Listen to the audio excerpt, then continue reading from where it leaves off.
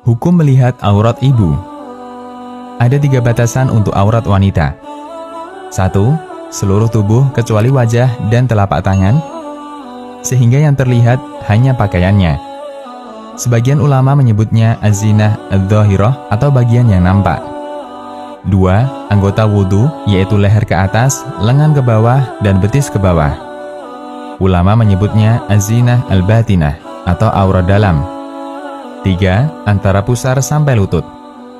Dari ketiga batasan ini, bagian manakah batas aurat wanita di hadapan lelaki yang masih mahram dengannya?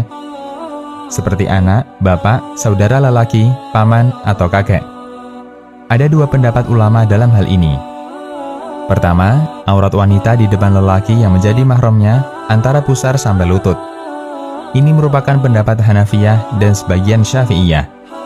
Al-Khatib Asy-Syarbini, salah satu ulama Syafi'iyah, mengatakan, lelaki tidak boleh melihat aurat wanita mahramnya, baik mahram karena nasab, persusuan, atau pernikahan antara pusar dan lutut. Boleh melihat ke pusar dan lutut karena keduanya bukan aurat untuk dilihat mahram. Mughni al-Muhtaj. Kedua, aurat wanita di depan lelaki yang menjadi mahramnya adalah anggota wudhu. Ini pendapat sebagian Syafi'iyah dan pendapat Hambali. Al-Khatib Asy-Syarbini menyebutkan pendapat kedua. Ada yang berpendapat lelaki mahram hanya boleh melihat bagian yang biasa nampak ketika wanita beraktivitas. Karena bagian anggota badan yang lebih dari itu tidak ada kepentingan mendesak baginya untuk melihatnya. Yang dimaksud bagian yang biasa terlihat ketika beraktivitas adalah wajah, kepala, leher, tangan sampai siku, dan kaki sampai lutut. Mughni al-Muhtaj. Keterangan lain disebutkan Ibnu Qudamah, boleh bagi lelaki mahram untuk melihat bagian yang biasa nampak di rumah, seperti leher, kepala, 2 telapak tangan, kaki, dan semacamnya. Dan tidak boleh melihat bagian yang umumnya tertutup, seperti dada atau punggung, dan semacamnya. Al-Mughni.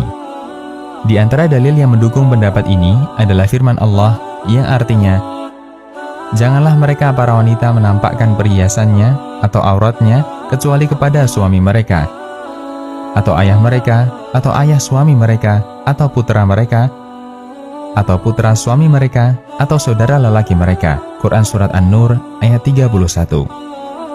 Di awal ayat, Allah mengatakan yang artinya, katakanlah kepada wanita yang beriman, hendaklah mereka menjaga pandangannya dan kemaluannya, dan janganlah mereka menampakkan perhiasannya kecuali yang biasa nampak darinya. Kata Ibnu Mas'ud, makna perhiasan yang sering nampak adalah bajunya.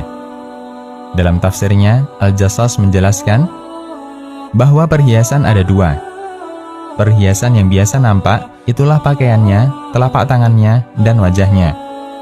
Dan kedua, perhiasan yang tidak biasa nampak, seperti anting, kalung, gelang, gelang kaki, dan seterusnya. Di awal ayat, Allah membolehkan wanita terlihat bagian yang nampak.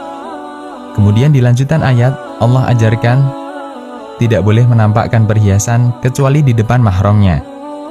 Artinya, batas yang boleh dilihat di situ adalah aurat batin, dan itulah aurat yang biasa nampak ketika wanita di rumah. Tafsir Al-Jassas. Karena itu, anak tidak boleh melihat aurat ibunya selain anggota badan yang biasa nampak ketika mereka beraktivitas, meliputi wajah, kepala, leher, tangan sampai siku, dan kaki sampai lutut. Demikian, Allahu a'lam.